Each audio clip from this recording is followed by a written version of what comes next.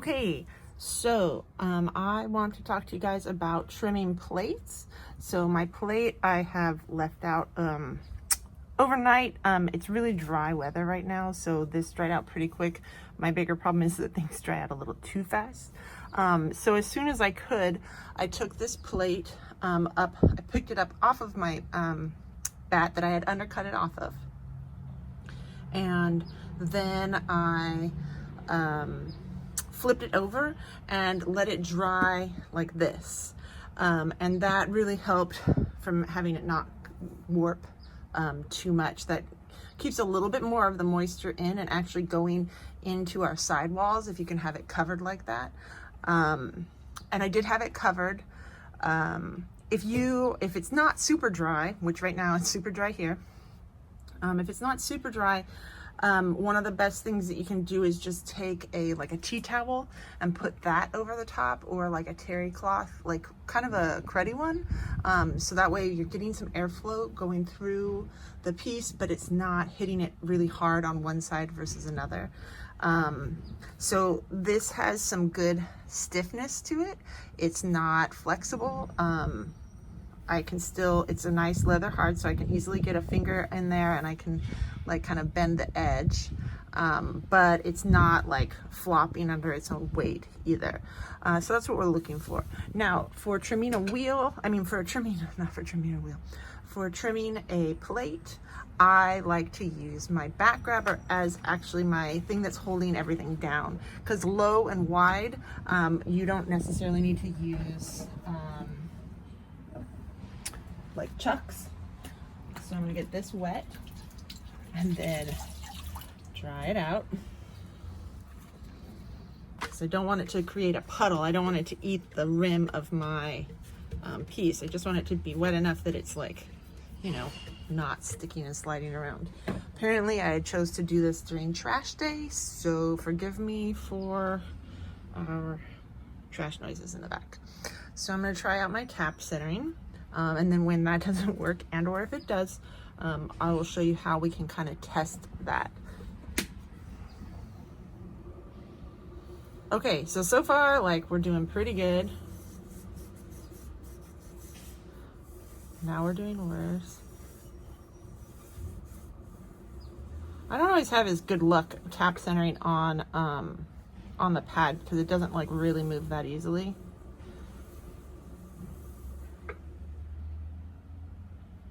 Because it does actually, the sticky pad does actually kind of hold on to it. So if you're running into that problem, this is what we're gonna do.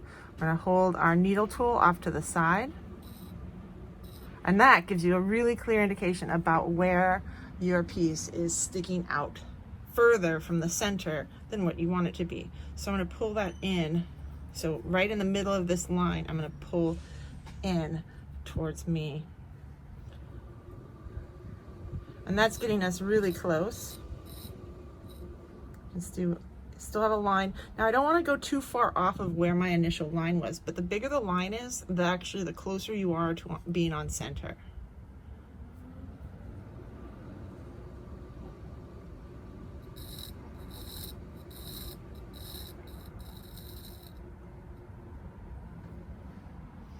So my line's over here, so I had over adjusted just a smidge.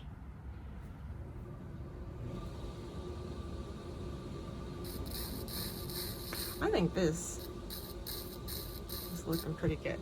So I'm gonna go with that. Now, before I started, I actually measured the inside. Oh my gosh, you know what guys? I totally forgot stuff. We gotta back up the train. I get overexcited. First things first, we gotta know how much we're gonna trim off to begin with. So needle tool, I'm gonna just stab somewhere in the middle-ish. Okay, I'm gonna take out my ruler. Okay, so I'm looking at a little bit under 1/2 inch for that. And I'm gonna take off half of that. So I wanna go down 1/4 inch, okay? That should leave me in a pretty good space, because this, my wall over here is about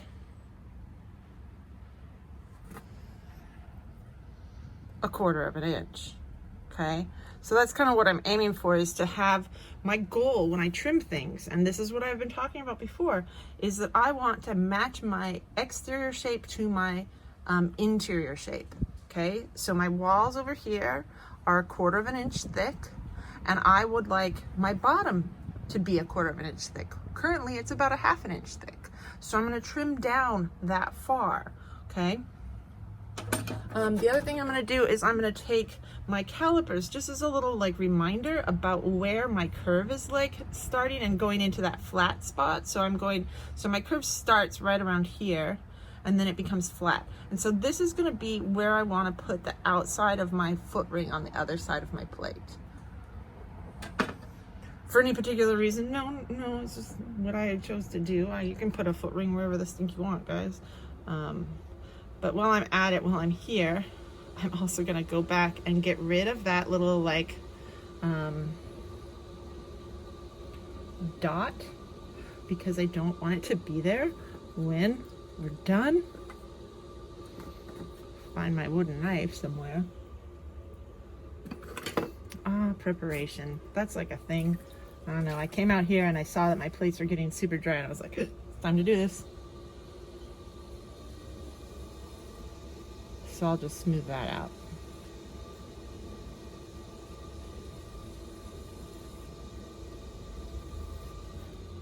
Okay.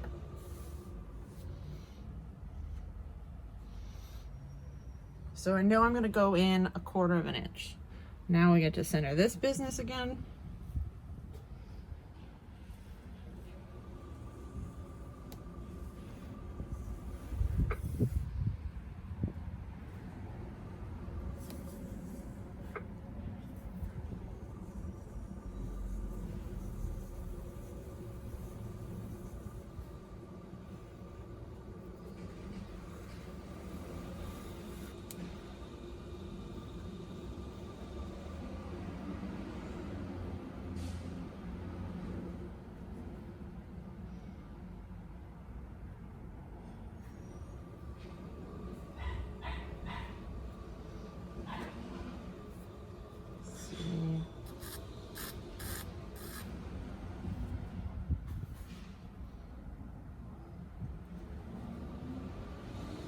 Ooh, that looks good. I'm really happy about that. All right, now, in terms of tools that I want to use, I always like starting off with my smallest tool, or not smallest. I have some smaller tools, but I'm gonna try to use most of the tools that you guys have. Okay, so I'm gonna start off by just digging down and going down a 1/4 of an inch. I think this is one of the scariest parts for people, because they're like, I don't know how far down a 1/4 of an inch is, which the answer is it's like relatively far down. I wish I had a smaller ruler, because that would make my life so much easier. But so that is not all the way a 1/4 of an inch down yet. Let's see if I can show you appropriately. So I have the thickness of the ruler, which is about, I don't know, 1/16. So I need to go just a smidge further. So I'm establishing my thickness, my depth, right in the center. And then I'm going to go and match the rest of it to that. Okay, so that is how far down I want to go. That's my base. Now, let's establish where our outside foot ring is going to be. So if I line this up right into the center, then that should give me a pretty good line to match to. Yes, that looks good.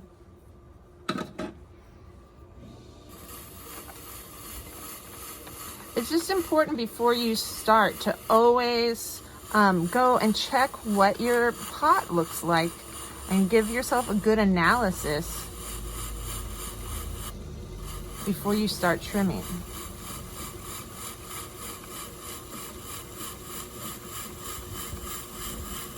And I know I'm not going to trim a lot off over on this side because my walls were already a good thickness. But leading up to that point,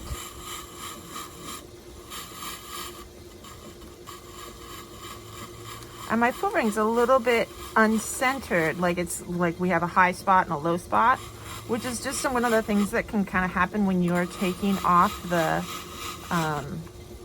your pot off of the wheel head.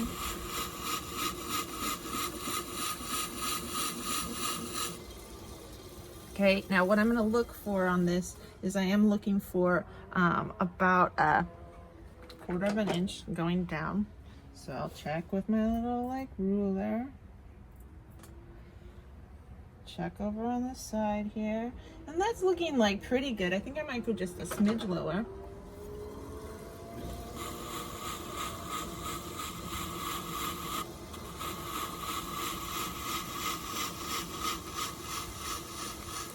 And speed is your friend here, guys.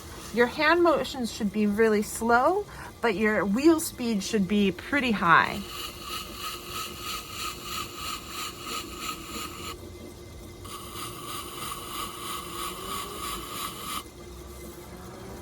Okay, now let's level off the top. So I'm going to use this corner and we'll ignore the motorcyclists.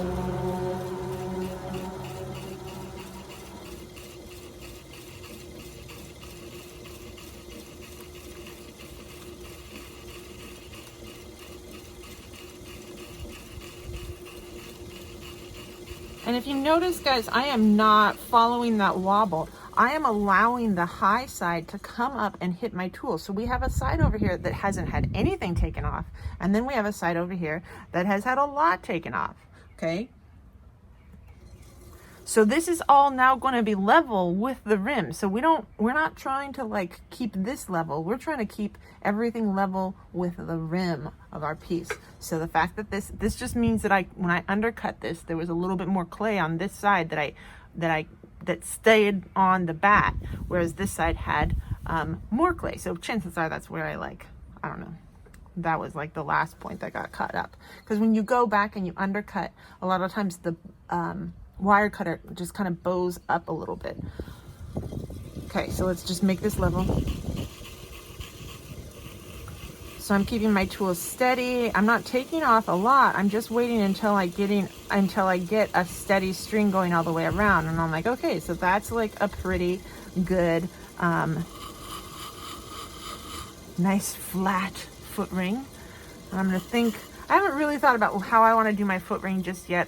A lot of times on my foot rings, I do like to have a little ledge so that way I could hang my pieces. But I'm gonna think about that for a second because I want to see how we're doing in terms of our depth here. I think I can go a little bit deeper here.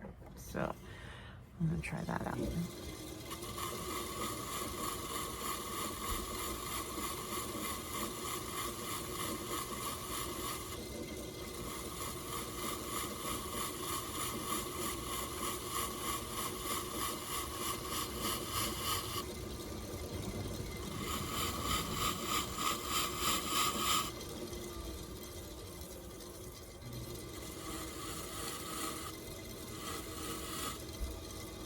Okay, now let's deal with the inside. So first things first, let's level.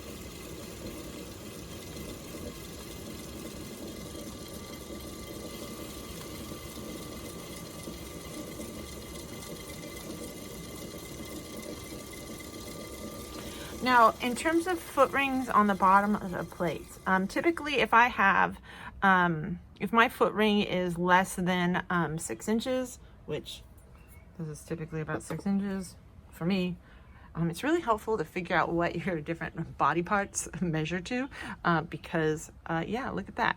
So if I have something that's wider than that, like so that I have to really like stretch for it, then I am typically going to put a secondary foot ring on this. This one isn't really big enough for a secondary foot ring, so I'm going to leave this as is. When I show you guys how to do bigger plates, I will show you guys how to trim that second foot ring. And the second foot ring is just so that you don't have too much of an expanse between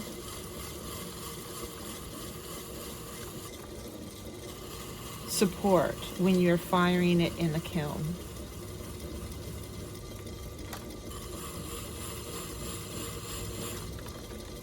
Because clay does not like to be like a straight edge going out, like a straight horizontal thing that's unsupported. So you don't want to have to leave it there too much without a support underneath. But I find under 6 inches it's typically fine. If you're using a porcelain or something like that, that's a little more prone to warping, then you might think about putting in a second foot ring on a smaller plate.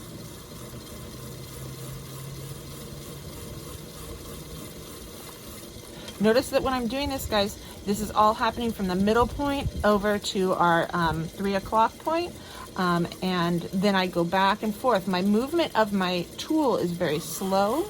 The movement of my wheel is very fast. It'll help you out on a couple things. One, if you're going really slow, like all of the clay just stays to the side. Right now, all of the clay just goes whoosh right out of my way, which is really nice.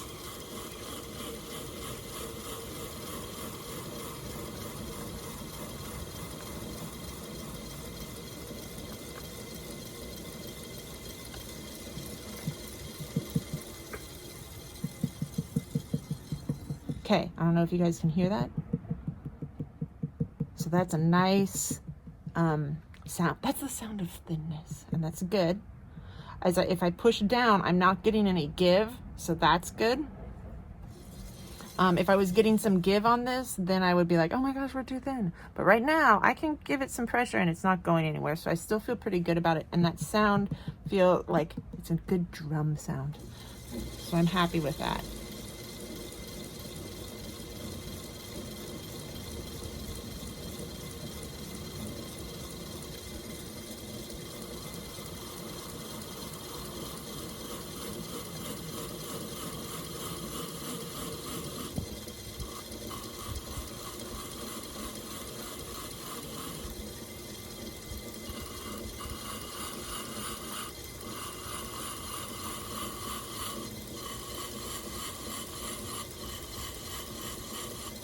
I like to round over my edges.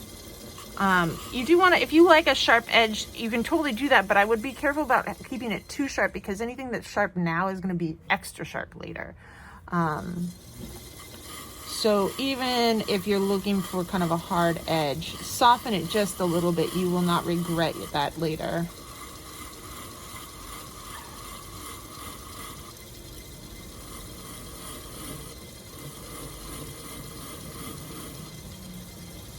Okay, so now I'm going to switch over. So most of the time I do not use this tool, but I now have a big wide surface that I just want to make sure is flat. So now is the perfect time to use this tool.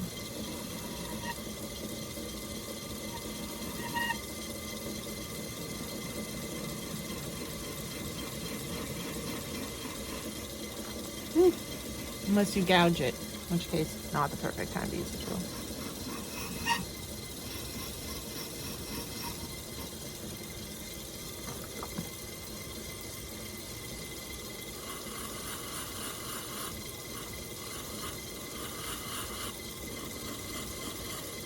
If you're trying to make a set of things that you want them all to match and be beautiful together, a really good thing to do is to actually measure your distance on the outside and then also your distance on the inside. So that way you're getting a consistent mark every time, and your plates will stack very nicely.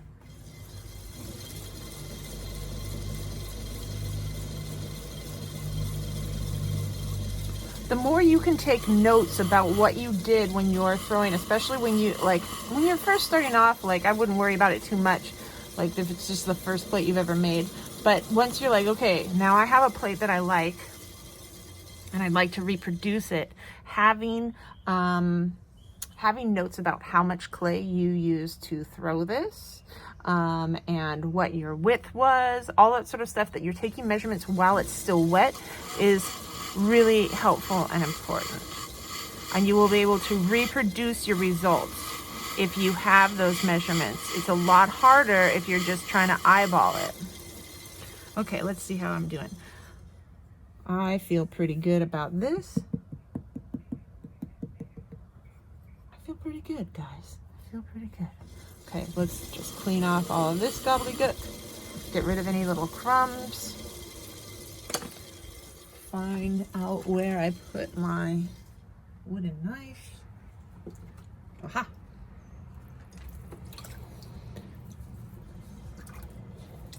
Okay, so my wooden knife is wet.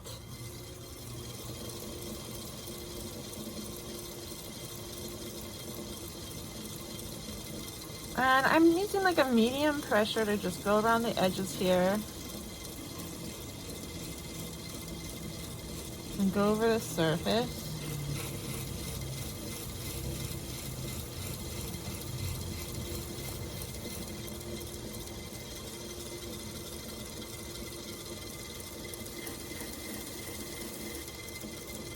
Just to get rid of any leftover little like marks that I'm not interested in keeping.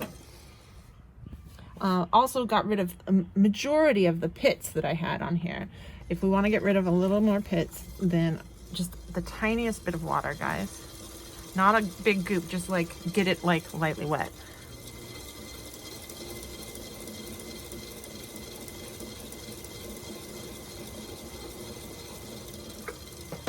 Okay, let's see how I did.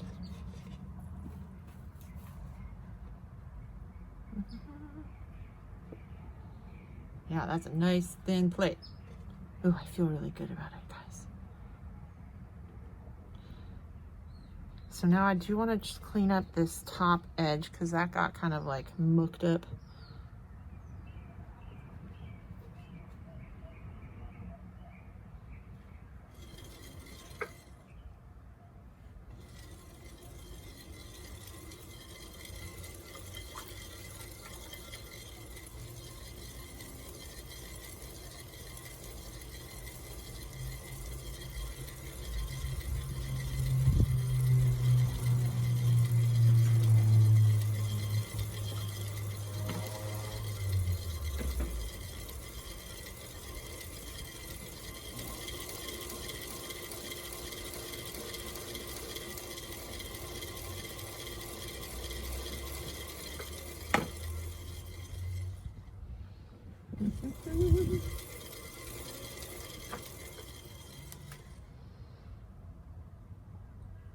All right, that feels very good. My walls feel nice and even.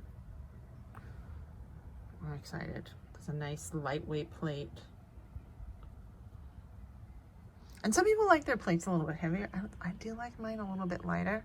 However, the thinner you go, you can be promoting some warping.